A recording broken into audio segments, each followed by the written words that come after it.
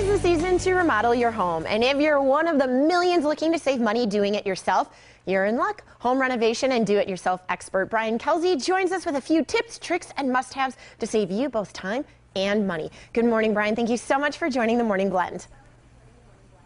Oh, thanks for having me. We're going to get our hands dirty, we're going to get out there, and we're going to make some cool stuff in our house. Are you ready? I am totally ready because I am a huge Pinterest fanatic, but I feel like Pinterest makes it look way easier than what it actually is.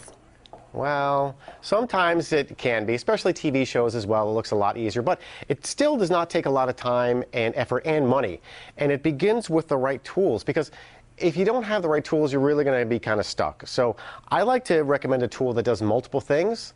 That way you don't have to buy a bunch of different tools, but you have to make sure it's a good quality tool. One like this, I really like this Dremel. This is the Ultra Saw 3-in-1 tool. It's a saw and it cuts through anything.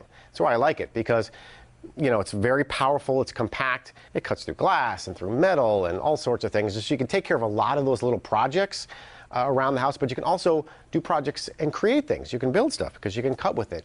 And in fact, they actually have a really good Facebook presence, and they're having a contest where you send in, upload a picture of your Ultra Dad doing something really cool, and you could win $5,000. So make sure you check that out. But again, it's the tools. I love it. It's has multiple functions, which is really good. Saves you money too.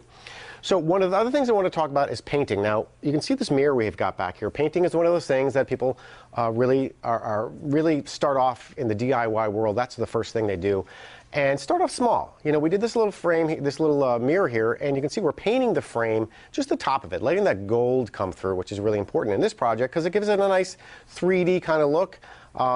This paint here, Shabby Paints, is a great company. I like it because not only do you have a great finish, I mean, look at that nice finish on there, but they're very great for the environment. There are no VOCs, you know, they're hypoallergenic, they exceed all sorts of green building standards and codes, so it's really good for you, it's good for the environment, and the end product is just fantastic. Look at that, it's great. And you could use all sorts of different rollers or, you know, paintbrushes to get that on, very simple. They actually have a great Facebook presence as well. They've got different designers and stuff on Shabby Paints on their Facebook page for, you know, help with different paint projects. Now, once we finished all that, we've done our project, we need to finish off by accessorizing, right? You know, we need to finish the whole project. A lot of people stop at the project. I like to go shopping, but inexpensively, because I don't want to spend a lot of money on this. I went over to Kohl's and picked up these pillows. These were, I think, 25 bucks. And they really make a big change, even if you're not doing a project, just to upgrade a room, just to update, you know, for a party or something.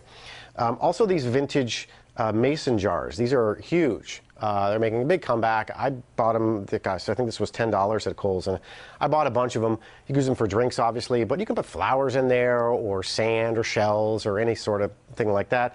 And they have great, you know, this is a solar-powered pottery light here that's really, really cool, and a tea light.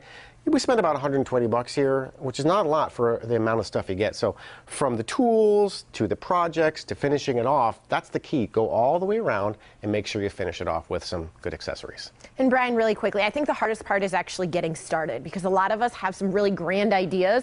We don't know where to start, and so therefore nothing ever gets done. So quickly, what are some really easy tips for getting started? Well, first of all, get inspired. Go online, like you said, Pinterest, any of those, find good ideas, but just do a little research. Just make sure you know what you're doing and getting into, and you'll have the right products, because if not, you're not going to go all the way through the process, because you'll get stuck and you won't want to finish it. So just do a little research. Once you do it once, you know how to do it for the rest. Perfect, Brian. Thank you so much for your time this morning. Thank you. And don't go anywhere. The Morning Blend will be back before you know it.